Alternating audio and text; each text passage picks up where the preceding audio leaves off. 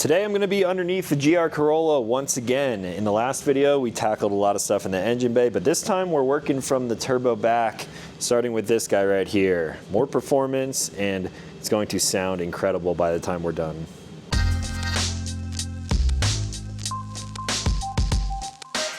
What's going on, everyone? Welcome back to the channel. If you're new here, my name is Talon, and I make new videos every week. If you're interested in the GR Corolla or other vehicle things, consider subscribing because I got a lot of content here on the channel and more on the way. Now, this is going to be part 2 of my time spent out here at Adrenaline HQ in Montrose, Colorado, and I've been wrenching away on this thing for the past 24 hours now. We're moving on to the turbo back stuff. In the previous video, if you want to see everything that I did already up in the engine bay, it includes a lot of parts from 6th Element Engineering. I did their intake as well as the turbo inlet, a front mount intercooler with the hot and cold side tubing, really opening everything up, allowing it to breathe a lot easier. Now all of that extra air needs to come out easier as well. So this is going to be the first component today. Off the line performance makes a catted downpipe, as you guys can see there. This is one of the only ones that I've noticed right now that has a no check engine light guarantee. So I can put this thing on the car, swap over some sensors, and everything should perform as expected. I won't really see a true power increase until I get a tune on this thing, but for now, this thing is going to be the first part of the installation for today. Now, like most of my modification videos, this is not really going to be a how-to, but I'm going to walk you guys through my process. So right here, everything is stock. This will hopefully all be changed out by the end of this video. If we follow that up, you will find a modification that I've done in a previous video when I was at True Automotive getting the fitment for the wheels and tires. I'll leave a link for that video up in the corner. This right here is a 6th Element mid-pipe, and it basically deleted the resonator that was once found right here. Makes it sound about 10% louder. Definitely sounds better than stock. It gives you a little bit more rumble, but we are going to actually be removing this today now because the OTL Downpipe is also going to have a mid-pipe with it, and then the full Catback system is going to come with a mid-pipe. I've got 4 mid-pipes now, so I can kind of pick and choose between them to figure out the kind of sound that I want. Now we are going to come all the way up here and pull out that downpipe up there, somehow snake it around the drive shaft here, and it should be fun. So here we go.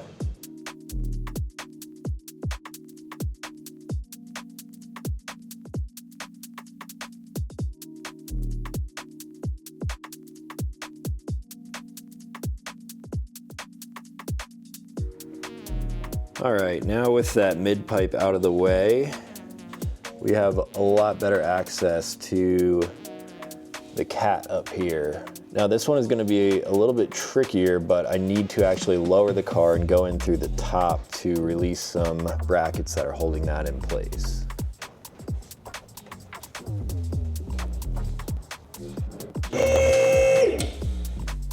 All right, just pulled out the air box. That way I can get in here a little bit easier, which is probably not gonna be super easy. I believe the bolts are 14 mil, and they are way down in here, so I have a massive extension to try to get down to those bolts. Oh, that is tight. Need more leverage. Dang. That is tight for a pretty new vehicle. There's a nice little crevice for those bolts to fall into. I'll have to grab that from underneath the car or just grab a magnet. There we go. I'm gonna bring you guys way in the engine bay here. Right there, that loose bolt. The other one fell just beneath it there. And then there's one more bracket that holds it on the right side there. I think that one will be easier to get from the bottom. All right, it is time for the cat to come out. Can you get the cat out of the bag, Tim? I'm a pro at getting the cat out of the bag. Got the bracket off, we got the sensor just unplugged, and we should be able to kind of spin this thing around and pull it just around the drive shaft here. That V-band clamp's gotta come all the way off first. You know what? I might have to remove these heat shields. I'll start with this one. All right, removing heat shields. So after a little convincing, we ended up just pulling the drive shaft off, and it made it a lot easier to get everything out of there. It's an extra step, a little bit annoying, but we got it. So over here on the workbench is the tiny little cat, and I already removed the O2 sensor out of there. We had to custom make a socket to do so because we couldn't find the proper one. And now we have all of the sensors put onto the new pipe. There is a sort of a flex pipe here, so that's going to give us a little bit of wiggle room, which will be nice when the system is installed. And then the other sensor right here with the bracket that bolts up to the cross member over there.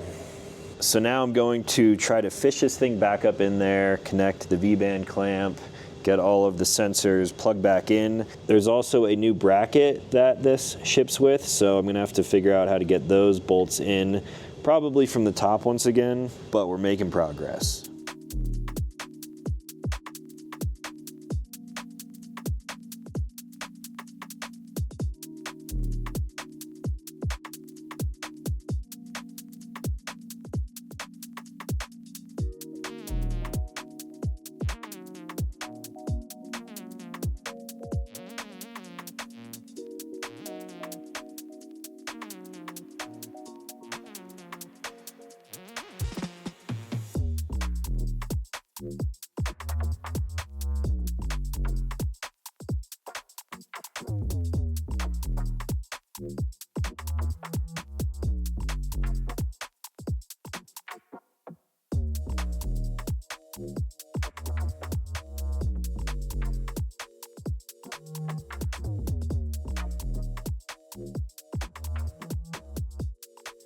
Hey, what's up? It's future me back again to once again remind you that I am not a mechanic. So this part of the install was no easy task. Getting the cat out was a little bit finicky because we did have to move the drive line and the shield and everything in that whole area because that cat is kind of chunky and there's not a lot of space in there.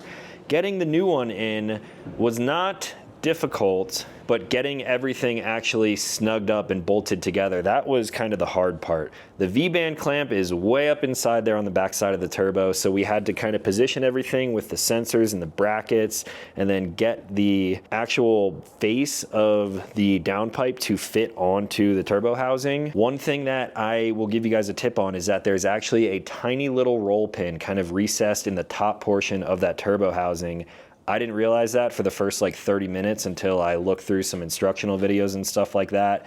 That was a major hang up. So if you can reach up in there and pull a pin out, if you got a headlight on or a flashlight, it's very easy to see what you may be hanging up on. Once that roll pin was out of the way, we got the actual downpipe seated on there. We got the V-band clamp around, and then I did tighten that new bracket directly through the top here, obviously with the intake and everything here removed. So I didn't film a ton of that process. I was just like punching myself in the head the whole time, like, why is this so difficult?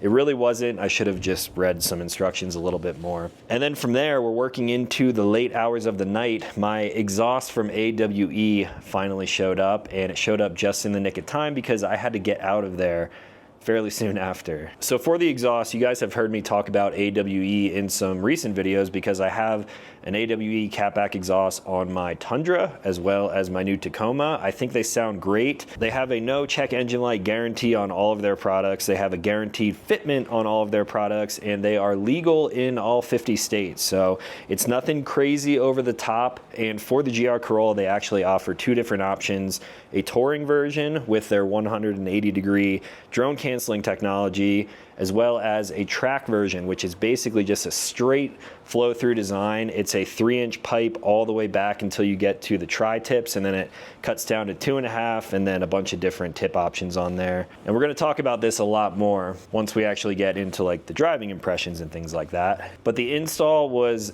an absolute breeze. Simply unbolt, rebolt. The off-the-line performance downpipe and kind of mid-pipe section there, it actually has kind of a factory flange on there, so I reused the gasket and just kind of smushed everything together, got that all seated nicely.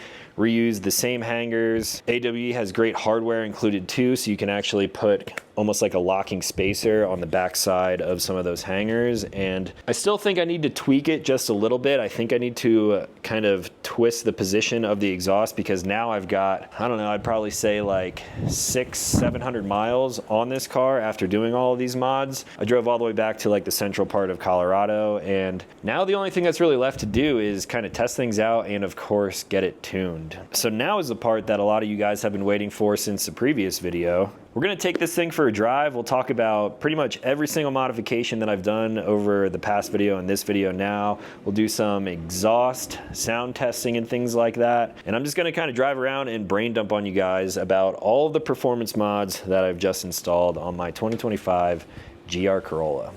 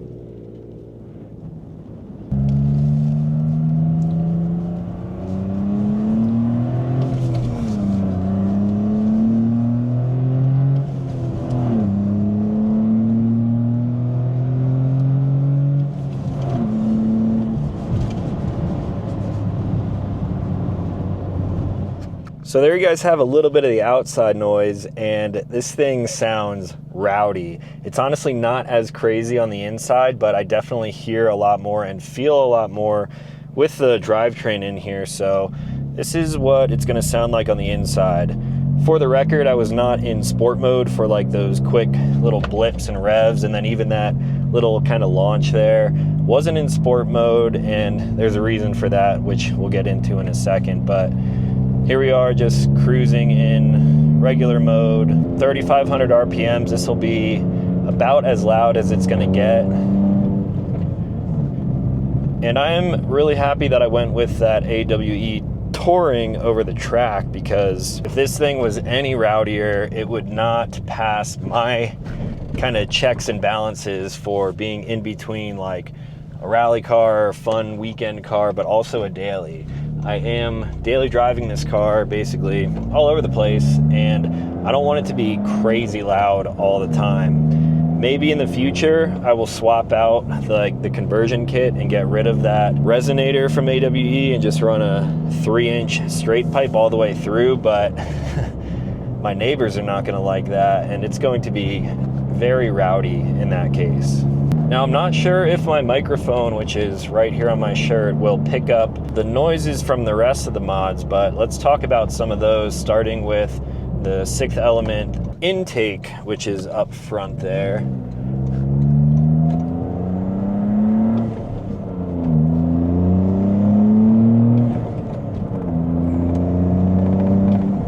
I might have to mic up the inside of the engine bay, but then again, that will be very loud. But The induction noises from all of the air coming in through that new, more high-flowing air box, through that turbo inlet in the back there. Again, we removed all of those baffles and everything. I hear a lot more of the turbo noise. Even in fifth gear here, pretty heavy load on like a little bit of a pull up there, and I'm hearing a lot more of the noises that I like to hear when I'm driving a turbocharged car. Now that being said, and like I mentioned in the previous video, that's not going to give me a whole lot of performance. If anything, right now it may even be hurting the performance because the ECU can learn a little bit. There have been a lot of changes with the air systems on this. It's bringing in a lot more air. The OTL Downpipe and the AW Catback, that's allowing a lot of exhaust to escape much quicker than stock. So the car can learn a little bit, but I'm really not going to get performance out of this stuff until I can get a proper tune. And I'm still on the hunt for that. I don't know what I'm going to do, if I'm going to go like the Ecutech route. I could do like a JB4 kind of piggyback thing, but I would prefer something a little more dialed to where I'm driving my car, which is up at almost like 6,000 feet right now. You probably can't see the Rocky Mountains, but I'm in Colorado, staring at the Rocky Mountains right now. But for the meantime, I'm enjoying the noises. Again, not any like crazy performance gain right now, but I feel like the car is definitely breathing a lot better. But with that, especially when you're under heavy load, that is where you're going to run into the one and only dreaded check engine light. And I wasn't aware of this because this car is new. They did undergo some changes, of course, from the previous models. 2025 is just a little bit different in a bunch of different ways. And because of that, I am getting an error code.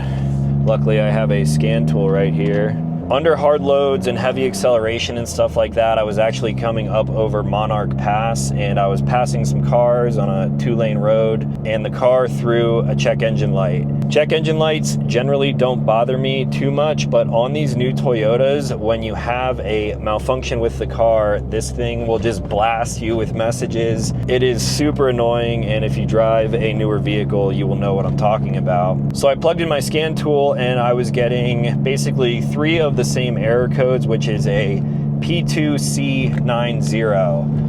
Now, for anyone out there who has done some like tuning and especially intake modifications to this car, if you search that code, it's going to come up with like a crankshaft ventilation system error, like there's a leak somewhere. And in this car's case, it's really talking about the vacuum lines. I did reroute and plug off some vacuum lines on here as per the instructions from Sixth Element.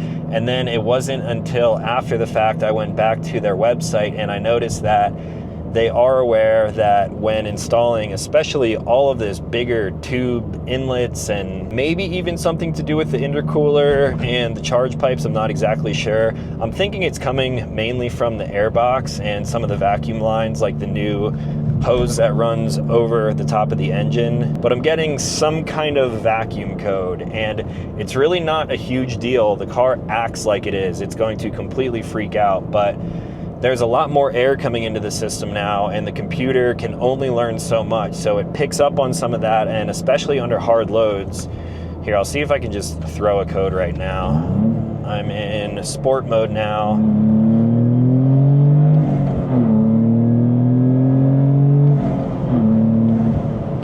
So it does actually take a little while for it to come on. I mean, that was like a decent pull there up to about 6,000 RPMs.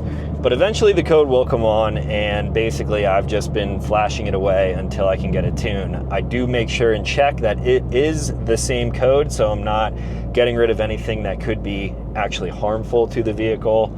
But for right now, it's really nothing to worry about. I did reach out to Sixth Element, and they are aware of the issues on the 25s. So Sixth Element is working on some kind of a spacer kit. I believe it spaces out the vacuum lines somewhere. I'm not sure where, because there's vacuum lines all over this car. And once I get that installed, it will hopefully get rid of that code for me for good.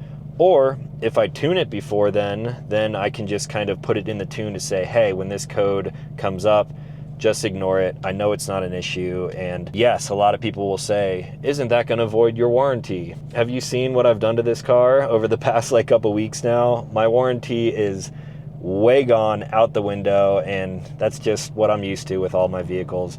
I'm not super worried about it. I do know how to work on vehicles, so unless something explodes and I like blow up the engine, which will hopefully not be the case, I'm going to try to get this thing dialed in with the performance mods that I put on it here. And ideally, it will be running even better than it was in its stock form. Now, while I'm sitting here in some traffic because it is about rush hour, two of the other things from Sixth Element, which I actually don't need a tune for to actually notice a difference. One is that bushing kind of spacer kit for the gear linkage here.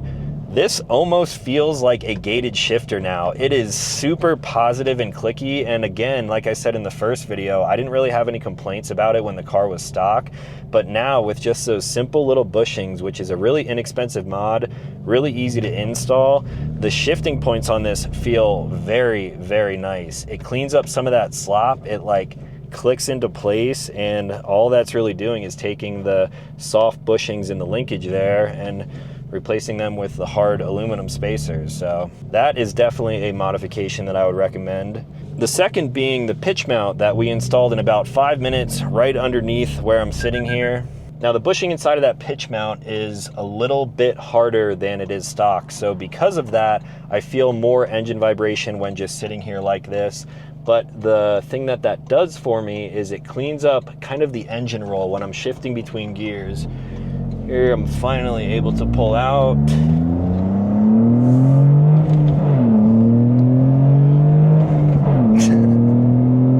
This car sounds crazy.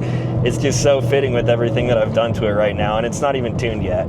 But as you can maybe tell, it's more of a feeling thing. You really have to drive the car to be able to actually like pick up on this, but there's a lot less engine movement because of that pitch mount in there, and it makes the feeling of shifting gears, especially with that linkage kit that I put in, just a lot more smooth. There's less rock in the engine. It is a little bit more harsh with just like daily driving experiences and stuff like that. It's not going to be as soft and cushy as the stock one, but at the end of the day, I'm trying to blend that line of performance and daily driver. So I think that is a really nice modification that anyone can do in just a couple of minutes, and I'm definitely noticing a lot of good benefits out of that. Kind of crazy how much you benefit from something like that.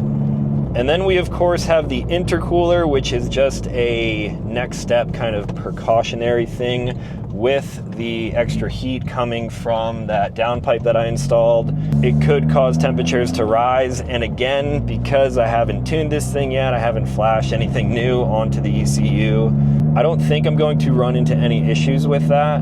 But once we start pushing a little bit more boost and actually get this thing tuned up with the supporting mods that we've installed, then temperatures could increase, and of course that is going to keep everything nice and cool. The charge pipes are way bigger than the stock ones. I tried to kind of shoot this side-by-side comparison so you guys can see. I can actually put the whole tube of the stock pipe into the new tube from Sixth Element, and I think that's really going to make a big difference in the long run.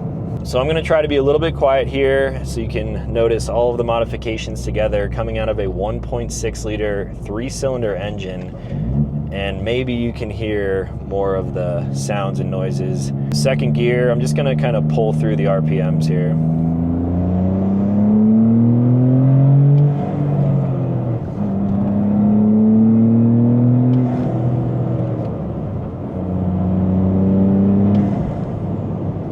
A lot more turbo noises. You hear kind of stock wastegate. I don't have a blow-off valve or anything on there. And you definitely hear a lot of the extra air that is in there.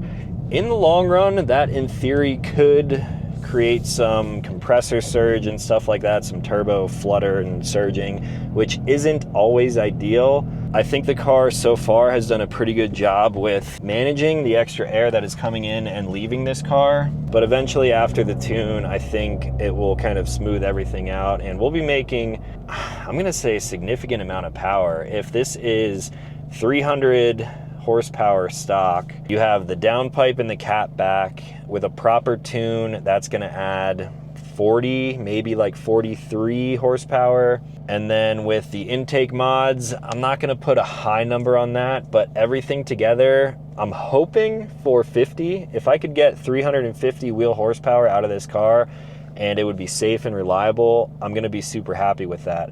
Torque numbers, I'm not exactly sure where that's gonna be at, but we will cross that bridge in a little bit. So let's mic up the outside of the car for a second so you guys can hear some turbo whooshes and maybe a little bit of the exhaust as well.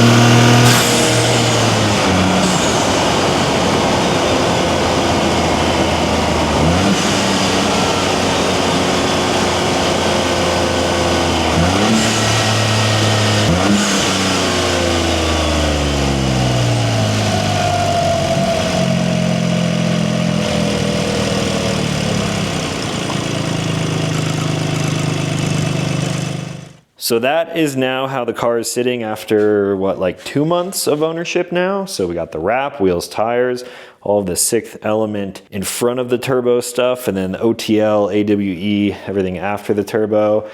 Really need to tune, like I said. So that's gonna be coming up next. If any of you guys in Denver have a recommendation on a performance tuner that could work on a GR like this, let me know in the comments down below. And as soon as that happens, I'm going to bring you guys some more videos of how everything here performs when it's dialed in the way that it should be. Now I gotta give a huge thank you to my buddy Tim at Adrenaline HQ for letting me use his shop and his tools. If you guys need help with any kind of performance car, Mercedes-Benz, Ineos Grenadier, maybe even some Toyota stuff too, hit them up. They are a great shop that I trust with a lot of my vehicles, and they are in a great location in the country too. Thanks again to Sixth Element, OTL Performance, AWE Tuning for letting me test out all of these parts and give you guys some information on them all. If you have any questions on the install of what you saw here, again, I tore this whole car apart myself, so I could probably help you out with whatever you may get stuck on. Drop some comments down below or feel free to hit me up over on Instagram. I'm gonna be posting a lot more photos and clips and stuff like that of the car and the sounds over there. So yeah, shoot me a follow and I'll be happy to chat with you guys. So that is going to be all for today. If you are new to this channel, consider clicking subscribe. I make new videos every single week. And as always, thank you for watching. I'll talk to you in the next one.